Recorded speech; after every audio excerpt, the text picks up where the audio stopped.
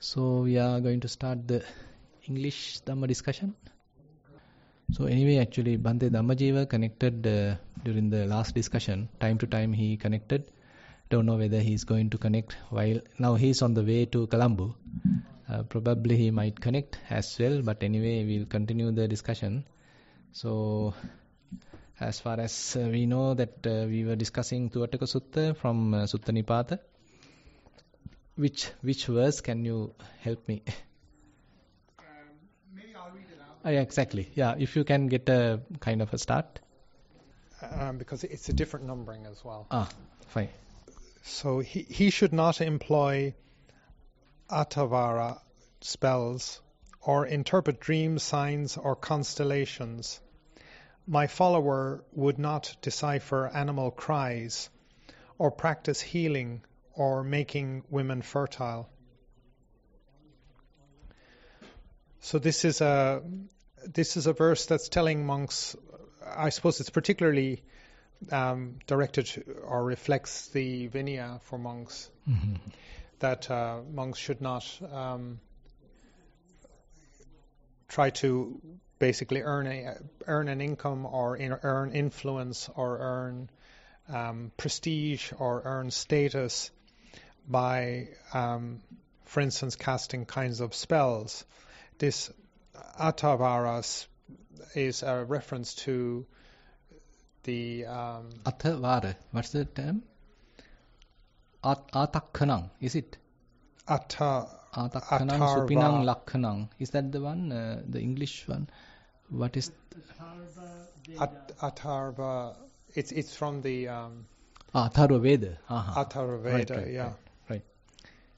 It's not from the major collection of the Vedas, but it's a minor collection that are focused on sort of special incantations and sort of prayers or chants or something like that that you could ask, say, some Brahmin to do for you for what do they call that? Like for auspiciousness or for good luck or for charms or for better weather or, so there was a book of these in one of the Vedas, one of the books in the Vedas has a collection of all of these different, what he's translated here as spells. Right.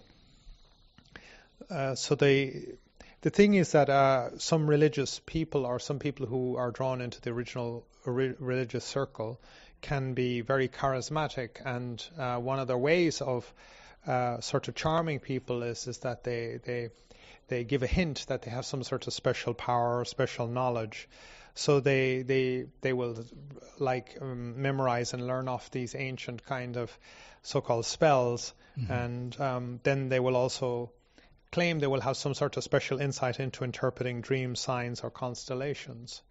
So even to this very day, people can be interested in interpretation of their dreams, interpretation of signs that they may have seen in their dreams or in daily life, or in constellations, meaning sort of stars, alignment of stars. So it's still very popular, even here, particularly around marriage. People want to have their stars checked and find out if it's auspicious or not to marry this person. So the point is that these have the potential to be confidence tricks, and you earn people's confidence that you have some sort of special knowledge or power, and then you can maybe use it to gain influence or benefit from people rather than sincerely practicing and just focusing on the Dhamma, or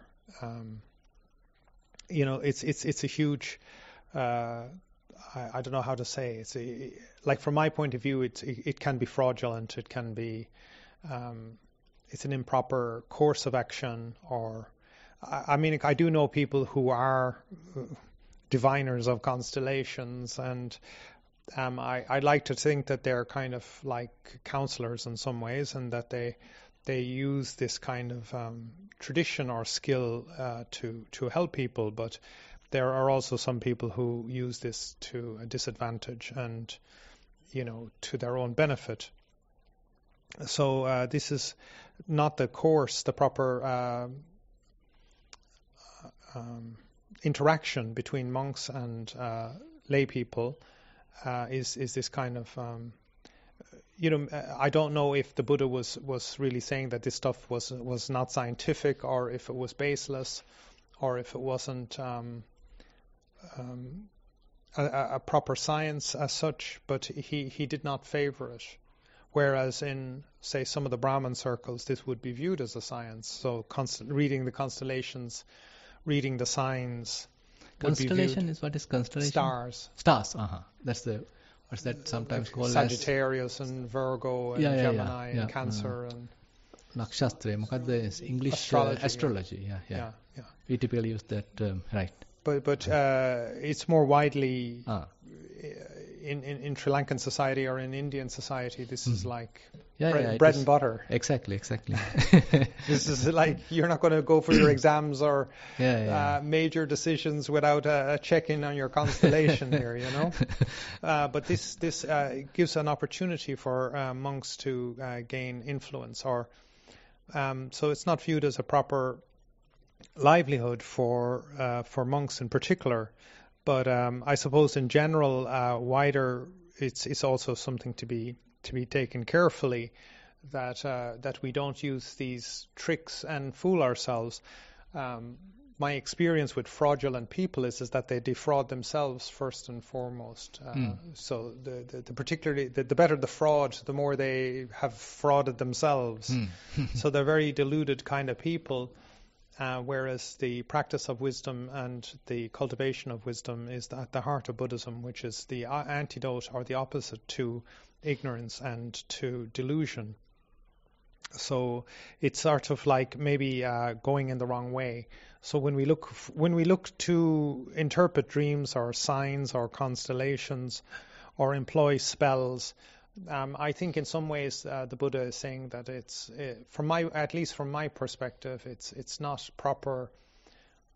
It's not the right cause for the effects.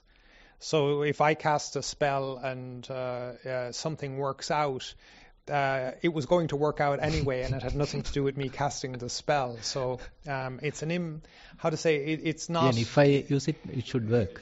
No, but it's not that. It's even the wrong cause. It's a not cause, So at best, if my action has zero effect, it isn't a cause.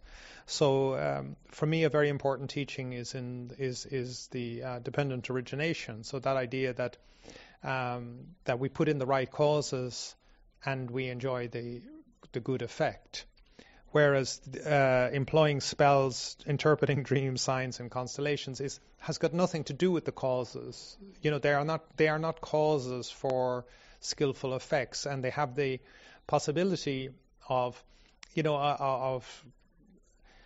giving the wrong idea to people, or that it's fruitless, or it's at best it just is quite deluded, or fraudulent, or charismatic. It can be criticized by others. But again, I've seen situations where people have a very strong belief in something, and they want a monk to do a special blessing or special rituals. And if that monk uses it in a skillful way, it can be very psychologically potent and helpful to people, but it can also be very damaging if not used in the correct way. I remember being with in the Thai tradition. There's a monastery in Thailand that does a funeral service. So they'll wrap the body in cloth, like a white cloth, and they'll do the funeral rites and rituals. So they do this for people who are not dead. So the person comes to the temple, and they want to. It can be used very skillfully in this way. Let me explain. They want to let something go. They want to finish something, they've had a very difficult time, and so they do this ceremony of where they're like die, and then they're sort of brought back to life again. And it can be very psychologically potent for people who are in this kind of a culture. Where they can really let go. It can be quite astonishing, where it really helps them to get over some very bad difficulties that they've had in their life, where they come in and they feel like they've done something constructive to acknowledge, to forgive, to let go. And this can be laid down as a kind of a mental marker in their mind. It can be done wonderfully, but it can also be the biggest con act you've ever seen in your life. And so I'm sensitive to how these things can be used. However, I would say in general they're not to be done, and in general to be avoided. And when I think about Ajahn Chah, he was being asked to palm read somebody's hand. So he looked very, very carefully at the hand. He didn't want to do this, but this person was very persuasive, and he looked and he studied it very carefully, and he was like, "Oh, this is very interesting. Oh, this is this is very auspicious." And the person got very excited, and then he said, "Well, what's the conclusion?" And he said, "The future is uncertain. That's for sure." And he was able to use this situation to kind of give him a deep teaching, and basically say that this isn't in our power. And even if it was in your power to have a good idea of which way the wind was blowing and how things were going to probably go, sometimes we had to be very judicious in saying these things to people. It can be very, very hard to give advice to people, and if we sprinkle this kind of spice on top, that we have some special idea because we know the constellations, dreams, or signs, then it can be like improper, because the person isn't ready for the teachings, or the person isn't ready, and that all the pushing and shoving in the world isn't going to help them, and manipulating them isn't going to help either. So this is something to be treated with great care. And the word here is my follower. So I think it's a kind of a general advice. It's not just for not just for monks alone. But as I said, it's a complex area. It's an area where I've seen people being very skillful with this kind of propensity of people to want the fantastical, or again with regards to the practice of healing or making women fertile. I've experienced this, where women have come and asked for special blessings because they haven't conceived. I know a monk who he's a very innocent kind of person, and he was asked to do this special blessing, and he did in all good faith, like just sincerely wishing that this person have their wish fulfilled, and she had twins afterwards. So after the special blessing,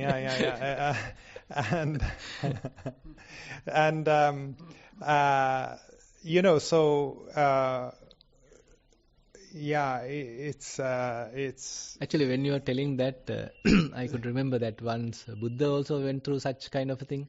There was one prince, he started he wants to offer a monastery to the Buddha, and but the queen doesn't have the children. So what he wished was, if we are going to have children, let Buddha walk through this carpet. So he had a kind of a hidden agenda. Okay, I am putting this very valuable carpet. If we are going to have these children in the future, Buddha will go through this carpet. And Buddha came in front of the carpet and he asked to remove it. And then he went on and participated in the ceremony. And then the king or the prince came and asked, why did you do that? And so and so. And then Buddha explained that I saw your thought. I checked that, but I'm sure that you are not going to have children. Yeah, you are not going to have children because that in a past life you you went through a shipwreck, and then you carried to a small island, and at that place you survived just by eating birds. Eggs. So continuously you were eating that, destroying all the eggs, and that's how you were surviving. So because of that thing, in this life you are not going to have children. So I can't remember the name of that sutta. Very interesting. So again, he mentions here, a follower of mine would not decipher animal cries. So again, here he's referring to that some particular kind of, it's not that you recognize what animal it is, but you decipher it, meaning it's some sort of omen or propitious kind of auspicious or inauspiciousness or something like that, or practice healing. This is more different again, because traditionally in monasteries, especially the Vinaya master was often somebody who had healing knowledge. Like in the Vinaya itself, there's a lot of medicines and prescriptions given. So it's not that the Buddha was against people becoming a doctor or medical or having medical knowledge. But again, that they would not try to, like a lot of people come to monks' monasteries, etc., because they are in dire health situations, or they're looking for a miracle. So it's when again people pray on these things or promise the unpromisable, or even if the person gets better, it's not because of some incantation by a monk that they got better.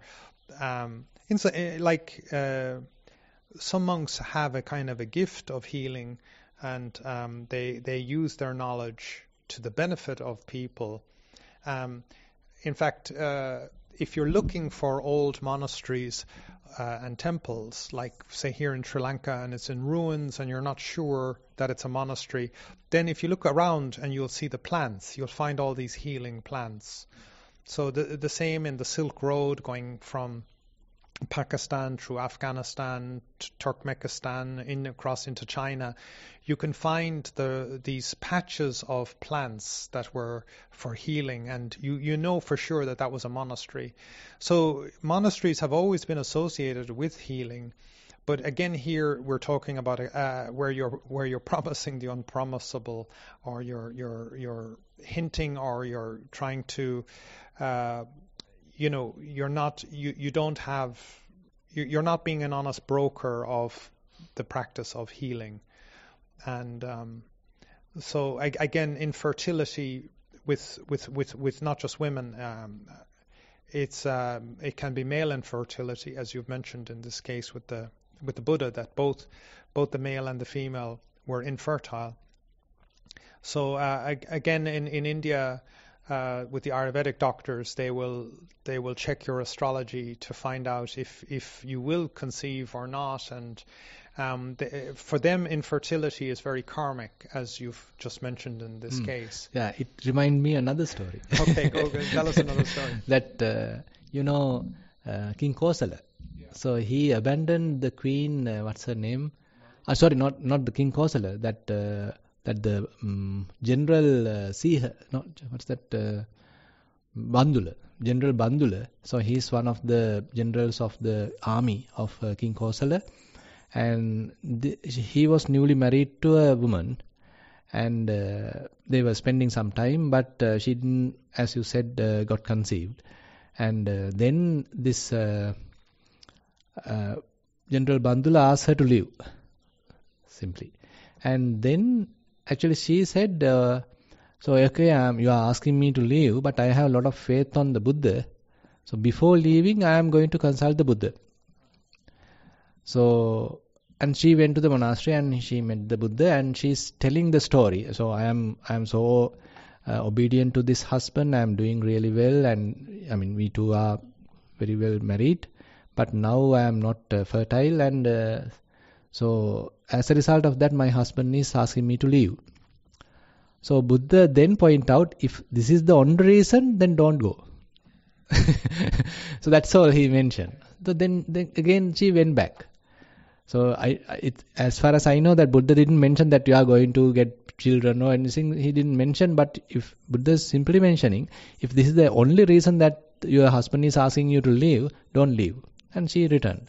And she returned and informed her husband that Buddha said like this. And he admitted, okay, then there should be some reason. And ultimately, they got 16 children. They all, you probably haven't heard this story, 16 or 32, I can't remember. So this general and the whole army, actually, all those 16 children were like giants. They all come to the army, and ultimately, unfortunately, due to some problem, the king has assassinated everybody. Oh, that's a huge story. And that story came to this woman, and she's actually an anagami, non-returner later. So likewise, there are such incidents, how people are, sometimes being abandoned because of this reason, and then they are trying to come to the Buddha and asking some kind of a solution, or some such situations have happened even that time. But interesting point is that Buddha didn't ask any rituals or any of these, or didn't ask to see the horoscope or try to astrology and all these things. He didn't try. There is no such record.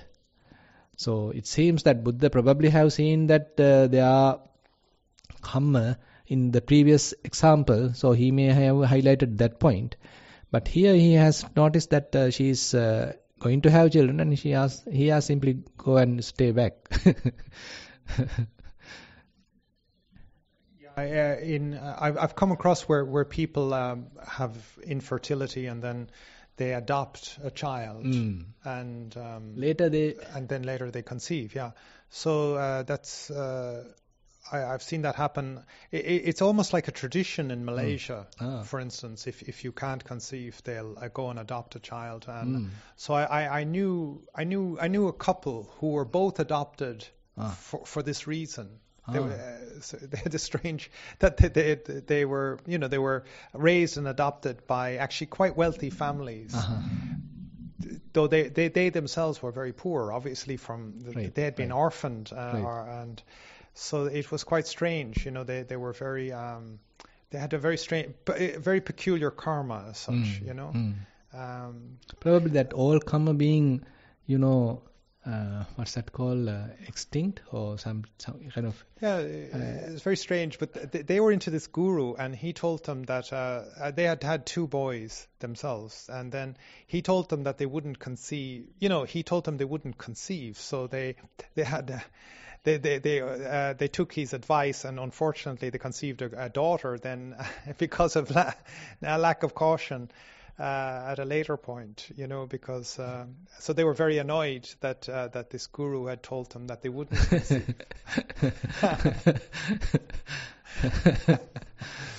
So it's a messy business, and I can people really can get very. We can laugh about it, but it's like when people are infertile, they can go to extreme lengths, and they can be really putting a lot of pressure on monks and everything, that they want some special blessings and special this and that, and some monks kind of use that situation, or like for me, I find that it's quite useful to be able to just look back on these texts and say, listen, look, this isn't my business. Go and find somebody else to do this. Don't come to me. Yeah, like if I can help in some way skillfully, yes, I will, but I'm not going to get involved in this kind of frantic kind of... people can be really quite frantic about conceiving or something like that, it's very difficult. So it may seem like an odd little phrase here in this thing, but actually it's not. This is kind of a bread and butter issue for a lot of monks, especially in traditional societies, and it can be used to some degree. It can be used skillfully or unskillfully. Like we both mentioned the stories of the Buddha or Ajahn Chah, again, I've seen monks using it very skillfully to the help of people, but I understand that there are people who are charismatic and abuse this kind of situation too. So it needs to be done with great wise attention and skill and carefulness. Yeah. So, yes, please. I just wanted to mention, I didn't catch this, but it seems that to do these spells and reading signs, and it's against the Buddha's, in a way it's disrespectful, because the Buddha's teaching is about release from suffering and the Four Noble Truths. And so to lower ourselves to just like, superstitions and things, this is like a lay person type of a thing that people almost do for, it seems like almost an entertainment or something, but I just think that it's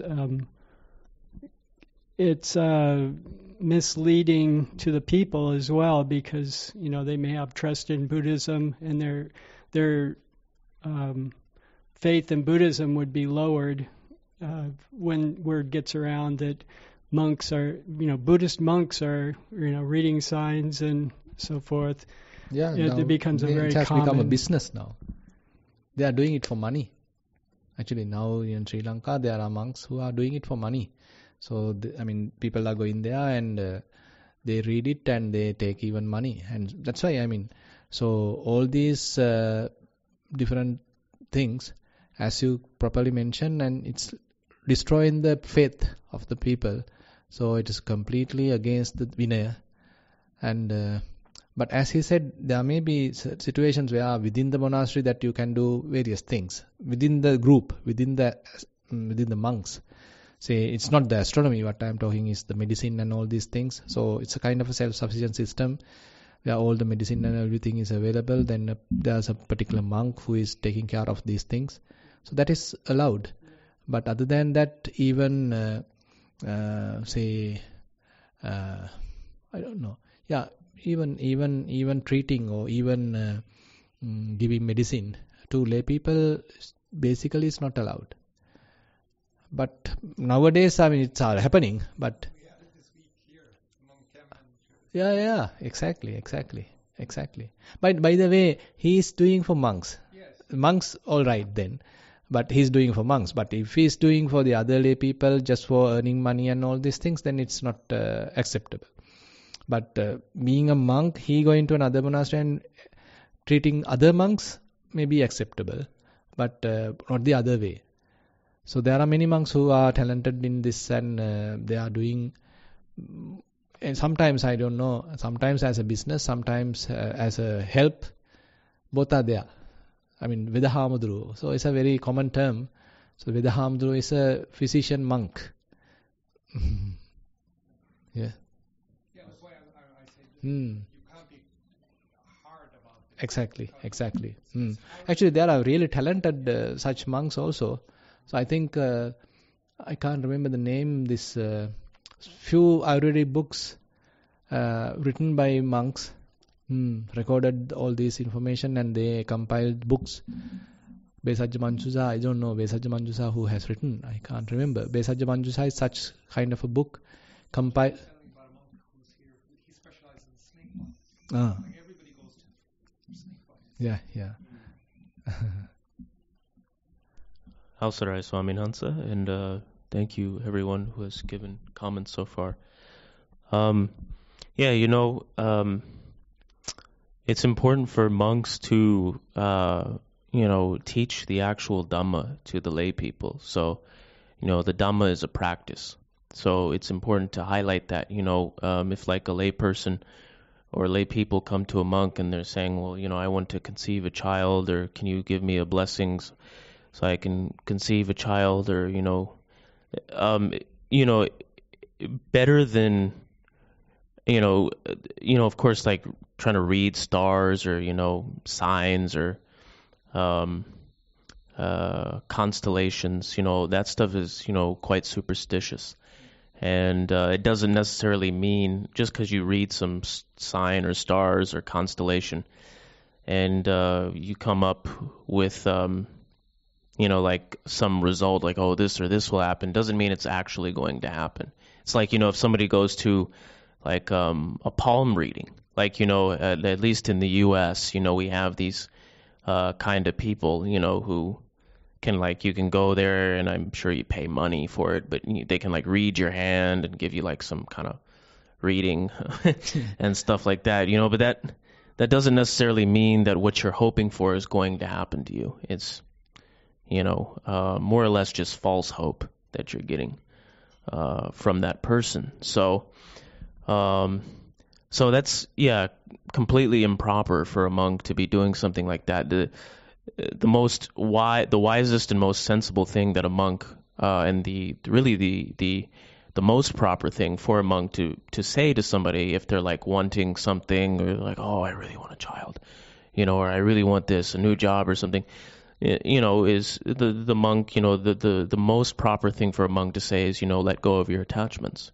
Then you'll really be happy, if you really want happiness, then let go of your attachments, it's and that right there is highlighting the essence of the Dhamma, which is, letting go, giving up, renunciation. Well, that's the thing. Many worldly people are not thinking in that line. Right. So and they simply want something. They simply want money. They simply want children. They simply want a lottery win, and they simply want to buy a vehicle and all these things, as he mentioned. I mean, these are their worldly wishes, worldly aspirations. And good rebirth too. So they'll you see a lot, like it's good that, the lay people support the Sangha with requisites, but, a lot of times it doesn't go further than that. They just say, oh, I'll just give dana, I'll get a good rebirth, and stuff like that. And, that's very helpful for the Sangha. The Sangha needs, that support, but also at the same time, what can often be forgotten, is that the Dhamma is a practice. So, dana, that's really, really good for the Sangha, and it's really meritorious to give dana to the Sangha. But it has to go further than that. Then you want to cultivate sila or develop sila. You also want to then practice meditation, bhavana.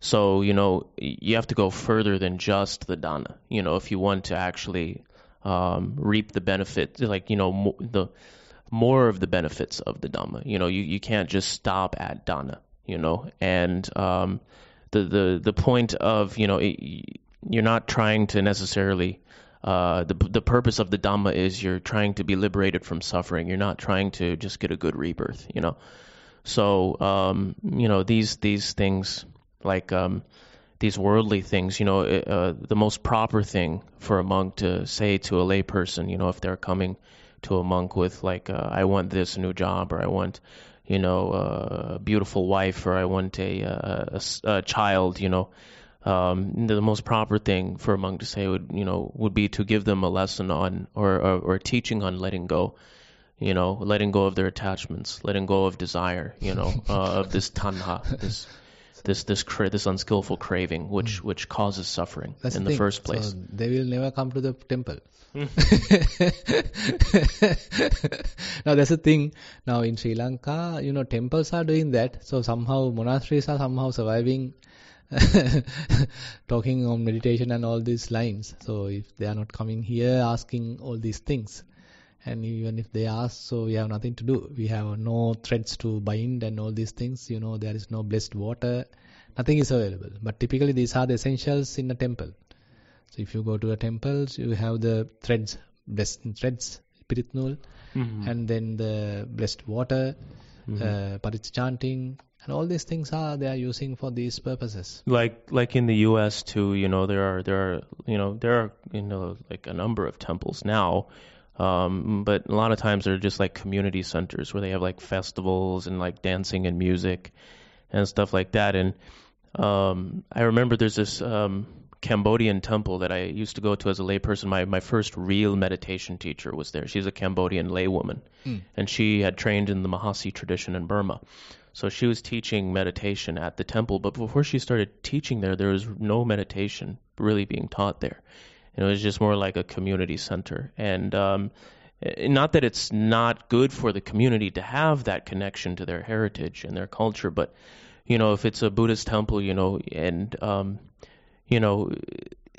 if people are not being given the opportunity, at least, to learn the Dhamma, like all that stuff there, that's very nice for the community. It's just that, if the Dhamma is also not, if you don't also have the Dhamma there, like if you don't also have the opportunity for people to learn the Dhamma there, to learn how to practice meditation, then the temple is not serving its purpose, and people miss out on actually learning the teachings of Lord Buddha. Yeah, they are missing the core, actually, the essence. Yeah. So now with this Cambodian laywoman who is my first real meditation teacher, you could say, at this temple, and she's organized retreats, and now the people there, the actual other people were welcome to join her class, but now, like Cambodian people, she teaches in their language too, Khmer. They now have a chance. The Cambodian people who are devotees of this temple, they have a chance to learn meditation now, to actually learn real Buddhist meditation, and so, and that's good for that community, because some of the people in that, a good number of people. Of people from the Cambodian community, they still suffer from these psychological issues like PTSD, and they had very turbulent recent history, and so they still suffer from these like PTSD and psychological issues, and in that learning real Buddhist meditation could actually help them. And I think it helped her, my teacher there. I think it helped her with her mental health issues. So good. So are we going to proceed to the next verse then? I think we have spent fair amount of time. So let me recite the English one first. Sorry, the Pali one. Sinhalese. Niddaya nappa vedheya na unnameya pasansito bhikkhu. Lobang saha maccariyena kodhang pesuniyancha panudeya. Nindaya, I am reading again. Nindaya nappavedeya na unnameya pasansito bhikkhu. Lobang saha maccariyena kodhang pesuneyancha panudeya. So in Sinhala, the reading is going like, Mahana, ninda vachane nosalenne. Pasansna laduye udangu noanne. Maatsarya sahita loba ha krodha ha pisunu bas harapiyanne. So if I translate this, ninda vachane nosalenne. So he is unshakable in the abuse, and he is not being conceited with the praise.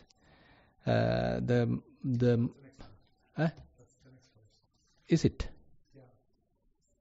Atakkanang supinang. So that's the previous one. That is the previous one. I am going to the next one. Next one, yeah. So, and then the Maatsarya Sahita Lobaha Krodaha Pisunubasarabhyan. So he is abandoning miserliness, greed, and then the krodha, I think revenge or something, and the pisunubas, backbiting. Yeah. So that is how this is translated here. Yeah. A bhikkhu should not be shaken by blame, nor elated when praised. He should dispel greed and miserliness, as well as anger and slanderous speech. Yeah.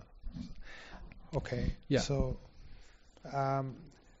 Again, this is it's a practice-oriented one. Yeah, this is a very, I suppose, mainly focused on speech here, but a number of different aspects of speech. But in general, this is kind of a Chittanupassana practice of where whatever you hear or see or perceive, that you're not shaken by blame, and not elated by praise. So these are like the two great winds, two of the great winds, that you're on one way blown forward by being praised and blown backwards by being blamed. So I don't know why he's put it together with nor is dispelled by greed and miserliness. These are another great of these great winds, and anger and slanderous speech.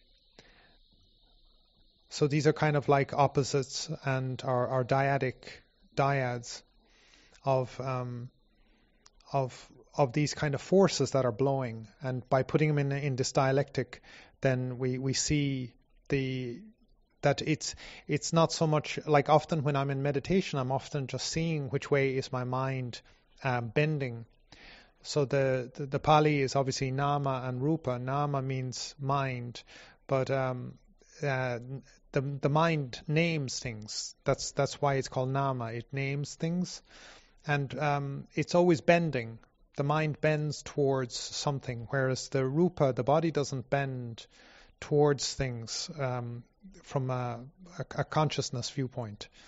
It's not conscious. It doesn't have attention. It doesn't have awareness. And this bending forward and backwards is occurring, like in some cases, because of blame, you bend backwards. Because of praise, you bend forwards. Because of greed, you're bending forwards. Because of miserliness, you're kind of shirking away, that you don't want to give, you don't want to be generous. Because of anger, you want to strike. And because of maybe you receive, on the other hand, slanderous speech, you shirk away. So there's this kind of bending of the mind.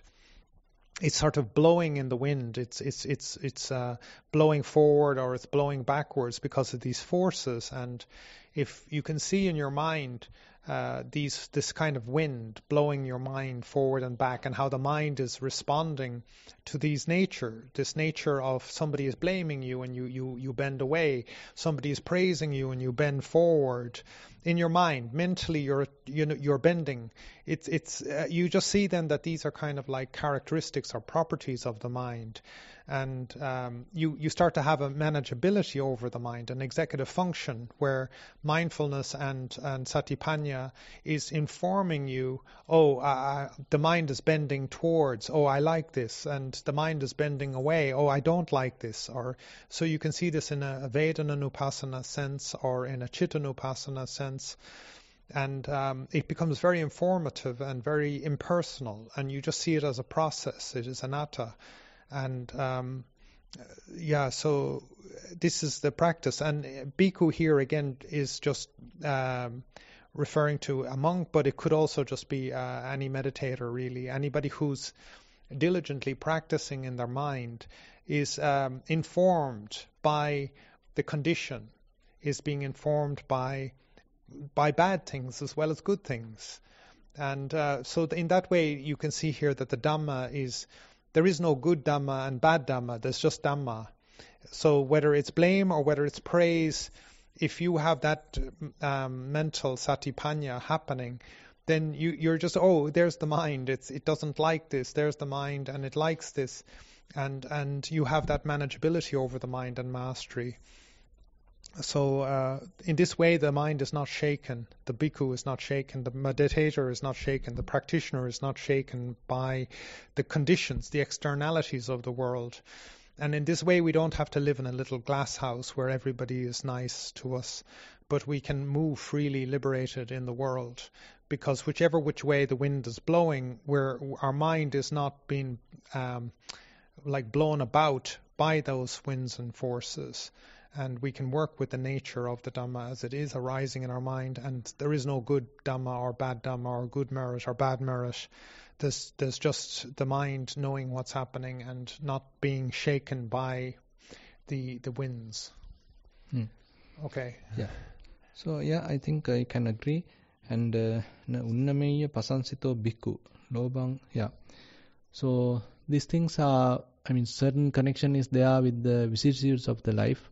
So anyone may have to go through them, and the typical nature is that we may be happy when we are going to the upper side, the favorable side, and we may be shocked when we are going to the unfavorable side, and that is the typical way that how people are reacting. So through the practice, probably you may have a kind of a choice, or you are getting mature, how to withstand both sides.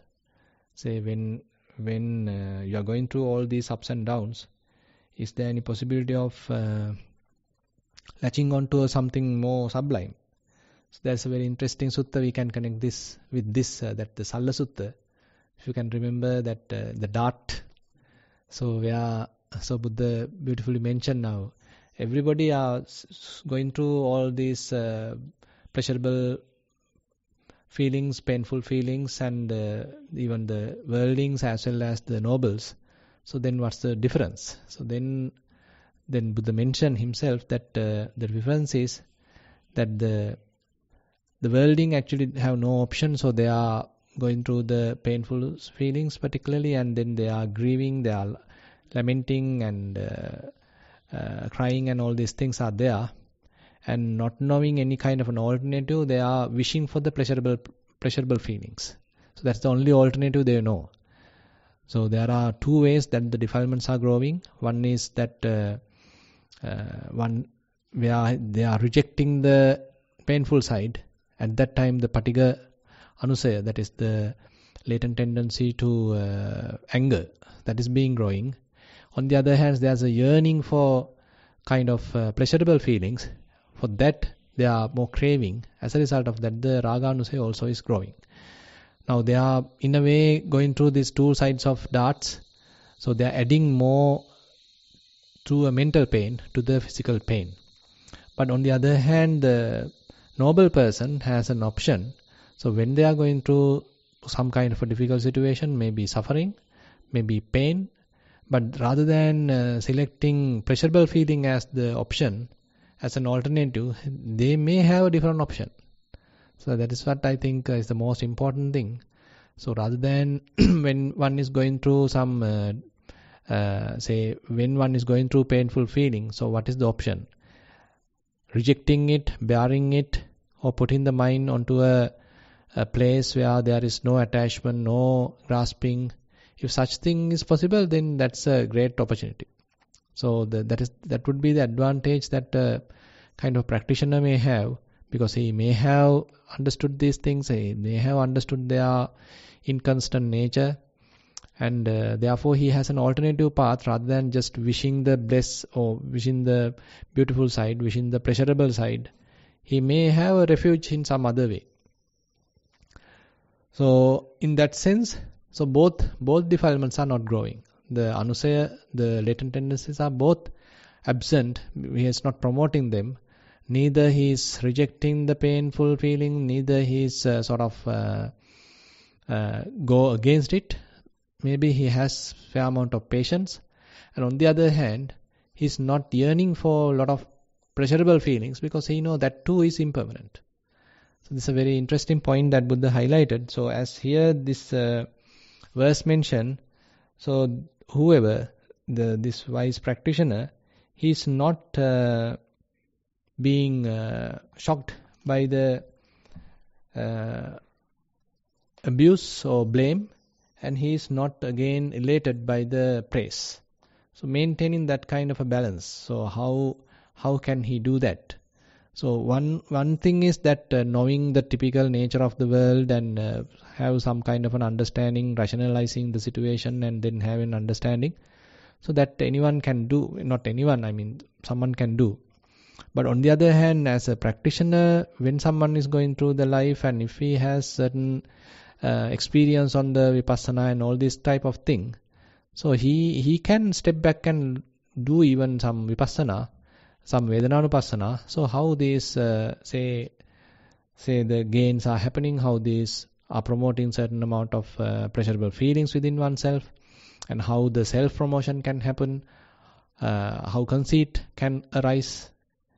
And on the other hand, when the blame is going through, how revengeful thoughts are happening, how painful feelings might be going through. So he might be able to use the opportunity to practice even vipassana. So those are in a way kind of possibilities that we can look at even here. Anyone else like to say something? Nothing to add? Well, yes, thank you, Bhante. And I guess for us, the what I find lately is that it's good to identify the thinking that's involved and the self that's arising. How I add my own suffering. Yes, exactly. and it's different for each of us, and it's really, I think, helpful. It's helpful for me, and I think it's just mindfulness of how our personality view is arising, our own specific way of seeing ourselves, and we can see, ask, is this really true? Because oftentimes the stories, we jump to a story, usually from our past conditioning, I would say, that we are such and such a kind of a person, and we can just ask, is that true? And to identify and be mindful, it's like mindfulness meditation in the present moment. We can stop and note what is coming up mentally and the story, and that stops the story right there, because if we let it go, if we don't make a note of that, then it tends to just go on and proliferate. Yeah, correct. So that understanding that proliferation part, our own constructions, own additions, self-created suffering, if we can understand that, then at least we can keep it only to the level of painful feeling, maybe just to the whatever the unpleasant feeling arising because of the situation, and not adding my own stuff. I mean, we can tell that, but when we are going through the experience, the real situation, it's not easy, isn't it? I mean, the I comes, boom, I am there. I need to protect myself. I need to revenge. I need to react. Otherwise, I mean, they will ignore me. Otherwise, they will think that I am a fool. I am a timid person. I should show my colors. I should show who I am. All these things are immediately coming up. So, is it possible for us to keep that all, say, typical habitual tendencies aside, and is it possible for me to look back and stay back and see how these thoughts are coming and how they are trying to fool me, how they are trying to involve me and create a person, and all these things are very, I mean, these difficult situations are very, very versatile situation to practice, but quite difficult, really difficult. But if we can get an advantage from that, then we are penetrating, we are really going through. That's why, I mean, sometimes Buddha mentioned that when someone is angry and he is trying to abuse you, knowing that he is angry, if you are not getting angry, then you are safeguarding the both people, not just one. You are safeguarding two people, actually, not just one, knowing that the other person is now angry. It's very interesting. So actually that time, so he is related that, there's a ancient war happened between the Devas and Asuras, and at that time the Devas won, and then the Vepachitti was bound by different way, and they were taken him to the king Sakka, and this Vepachitti start abusing on various different ways, and the other Devas now asking King Sakka, you being the Sakka, you being the king, and you now has defeated this Vepachitti. Why don't you react? Why don't you take the revenge? Why don't you punish him? So he's King Sakka is beautifully mentioned that so being now the superior, being now victorious, and being now more confident, so kind of not punishing him, not getting revenge, not abusing him, not making any anger towards him. So that is how I am winning. That is how now I am winning, by not getting to anger, not getting to revenge, because I am a powerful person now. So being powerful but not taking revenge from a feeble person, from a weak person. So that's very interesting. Now typically what happens is, say when someone is abusing, say immediately if you are powerful, you can easily take the revenge. You can easily abuse, you can easily retaliate. But the way that the person is now looking at, how Buddha is also encouraging, is that you being powerful, can you forgive to a person who is abusing you, who may be very weak, you can easily retaliate, but you are not taking that. You are not taking that revenge, or you are not retaliating. So that's a very, very interesting way of looking at difficult situations. So is it possible for us to look at in that angle when someone is abusing, even when we are in a higher position? Yeah. Yeah, sure. Yes, please. Go ahead. Yeah. Ausrai Swaminansa. So I wanted to say that, it's, it's good for us, who have been living at, a place like this, monks like us who have been living at a forest monastery. It's important for us to, on occasion, go out into, different parts of, the world or different places where,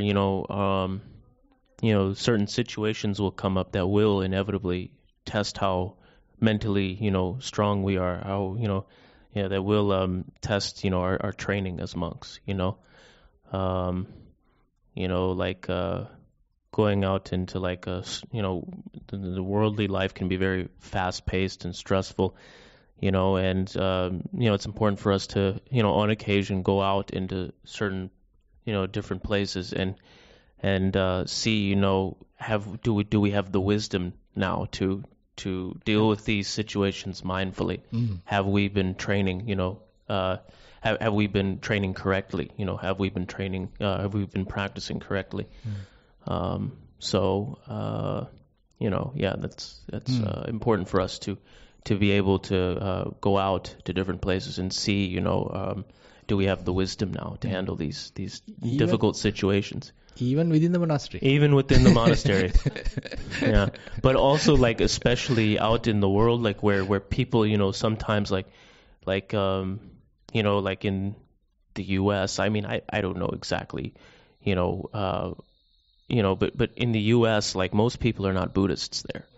So seeing a monk, I don't know, they could come up to you and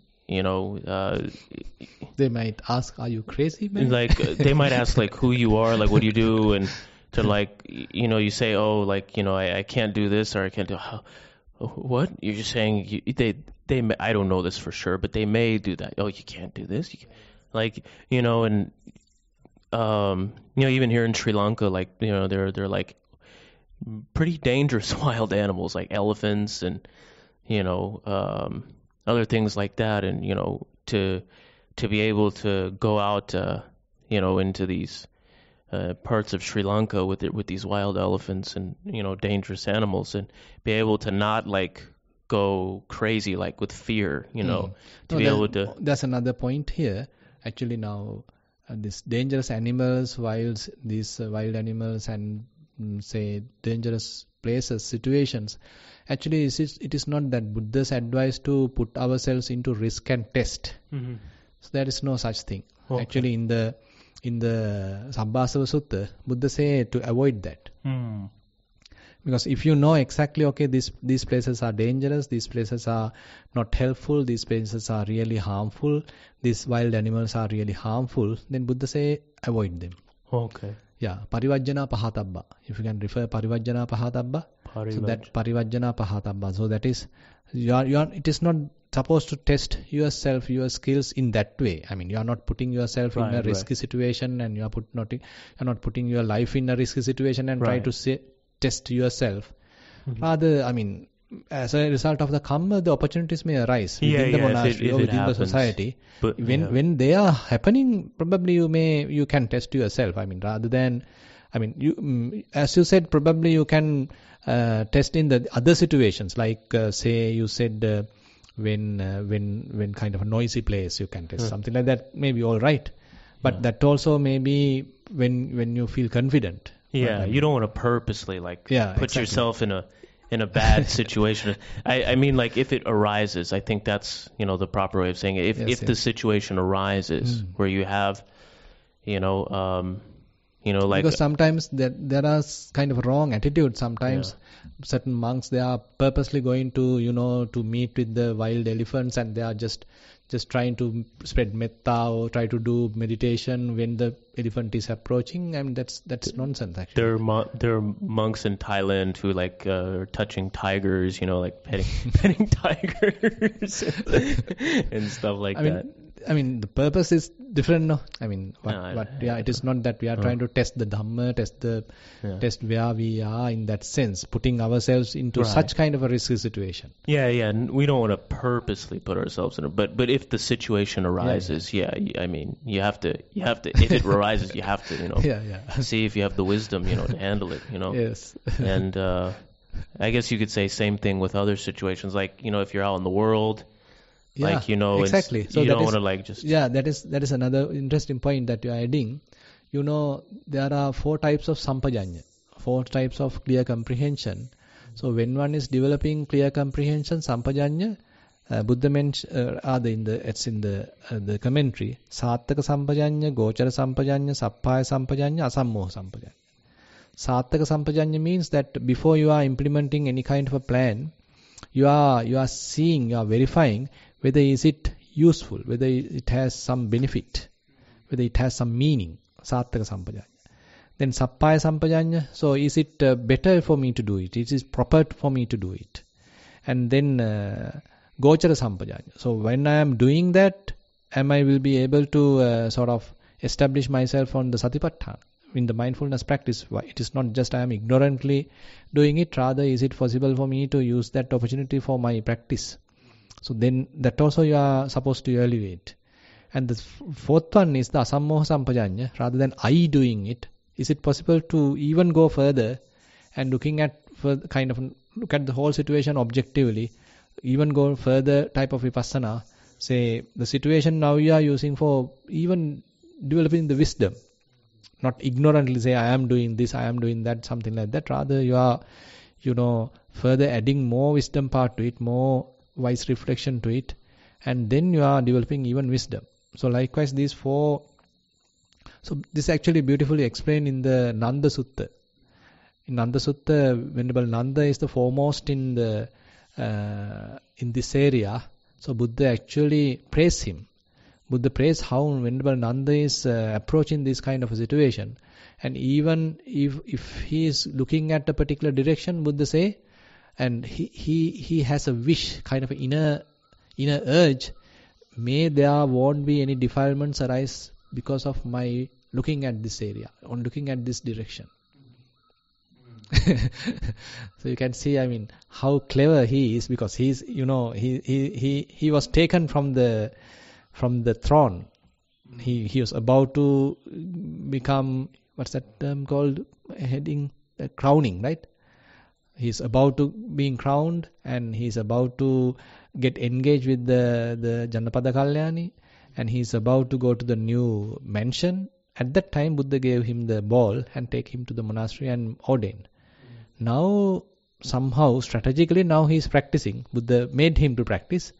Now, the how much concern he is about his behavior, the Venerable Nanda, how much he is careful about his behavior, is very well explained in this particular sutta, and Buddha is praising how diligent he is in his practice. Very interesting. Yeah.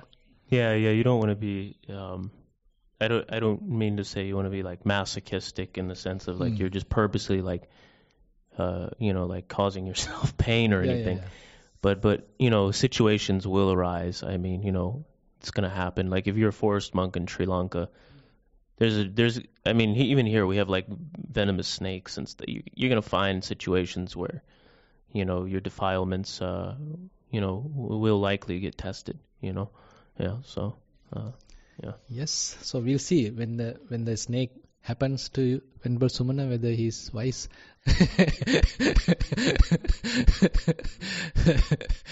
Okay, then we'll wind up the session. I think I invite Venerable Buddharakkhita to do the passing of merits.